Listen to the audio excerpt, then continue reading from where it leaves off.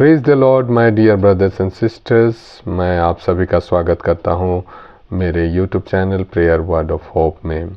आज हम बात करेंगे कि कई बार जब आप देखते हैं कि आपके जीवन में कुछ ऐसी बातों को, आप प्रिय बातों को देखते हैं, या हो सकता है कोई ऐसा बॉन्डेज हो, कोई बीमारी हो, कोई इस प्रकार की आप प्रिय घटनाओं को जब आप देखते हैं तो आपका पहला शक इस प्रकार से जाता है कि किसी ने आप पर कोई जादू टोना कर दिया है, कोई तंत्र मंत्र कर दिया है। इस प्रकार की बातें आपके मन में आ सकता है, शैतान इस प्रकार की बातें ला सकता है। तो वास्तव में क्या आपके जीवन में सचमुच जादू टोना तंत्र मंत्र कार्य कर सकता है? यदि आप प्रभु यीशु में विश्वास करते हैं तो क्या तंत्र मंत्र वाली बात आपके जीवन में हो सकती है? हम सबसे पहले हम बाइबल में पढ़ेंगे।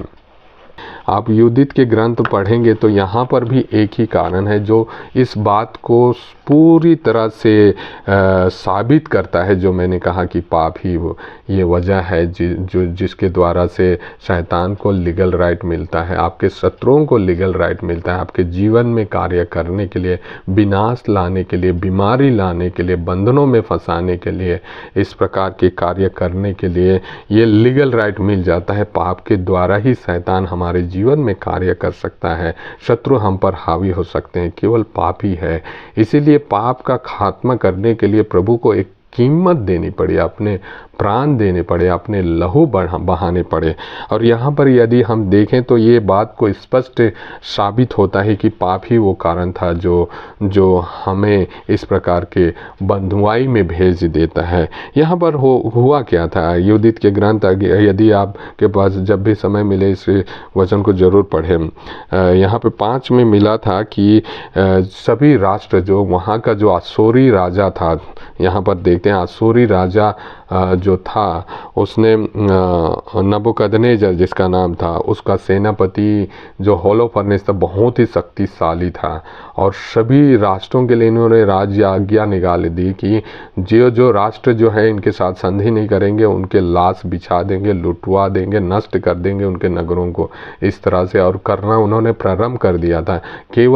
केवल यही ईश्वर की चुनी हुई जनता थी जो इनसे समझौता नहीं की थी, जिसकी वजह से यहाँ वचन बताता है कि राजा यह सुनकर आग बबूला हो गया। 2 से अध्याय 5 और वचन 2 से मैं आगे पढ़ रहा हूँ।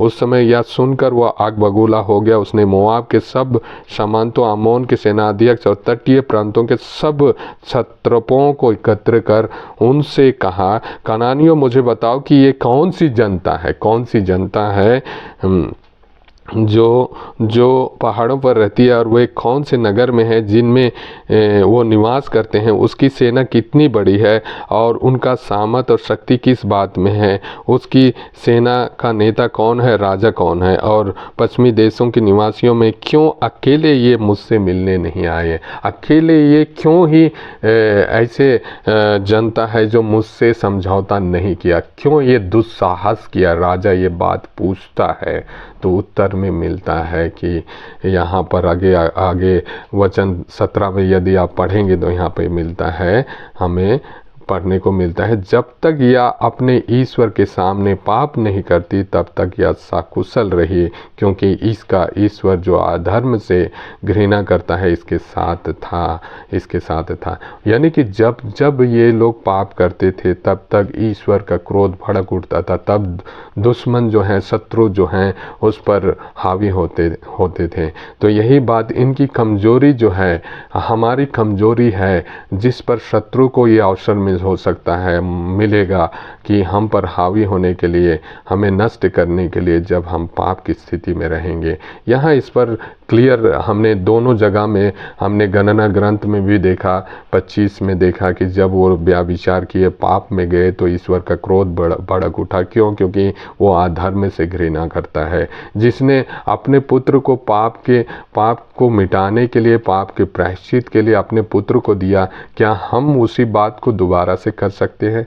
यदि आप पाप की स्थिति में हैं तो आज प्रभु आपके इस वचन के द्वारा आपको बता रहा है कि आप वापस आएँ, प्रभु की ओर आएँ, उससे अपने मन को फिराते हुए, हम अपने मन को बदलते हुए प्रभु की ओर आएँ, पाप को छोड़ें, क्योंकि पाप हमारे जीवन में विनाश को लेकर आता है। पाप के द्वारा शत्रु को हमारे जीवन पर हावी होने का, हमें हानि पहुंचाने का, हमारा विनाश करने का अवसर देता है, एक लीगल राइट देता है।